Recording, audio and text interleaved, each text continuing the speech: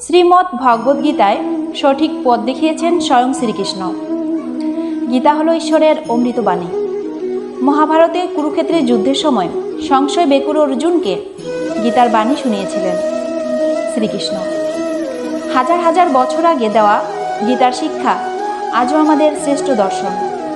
গীতা মানুষকে ধর্মকর্ম ও প্রেমের সঠিক পাঠ দেয়। গীতায় বলা হয়েছে, সেটাই সঠিক কর্ম নয় যার ফল সবসময় ভালো হয়, মিষ্টি হয়, বরং সেটাই সঠিক কর্ম যে কাজের উদ্দেশ্য কখনোই ভুল হয় না। শ্রীকৃষ্ণ এও বলেছেন যে আপনার বিবেক ও কাজের উদ্দেশ্য যদি পরিষ্কার হয়, তাহলে কে আপনার সম্পর্কে খারাপ ভাবছে তাতে কিচ্ছু এসে যায় না।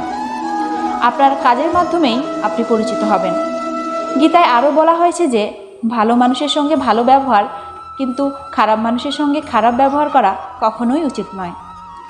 কারণ হিরে দিয়ে হিরে কাটা যায়, কিন্তু কাদা দিয়ে কখনোই কাদা পরিষ্কার করা যায় না। তাই যাই ঘটে যাক না কেন, নিজের মন, নিজের চিন্তাধারা সবসময় পরিষ্কার রাখা উচিত। হরে কৃষ্ণ।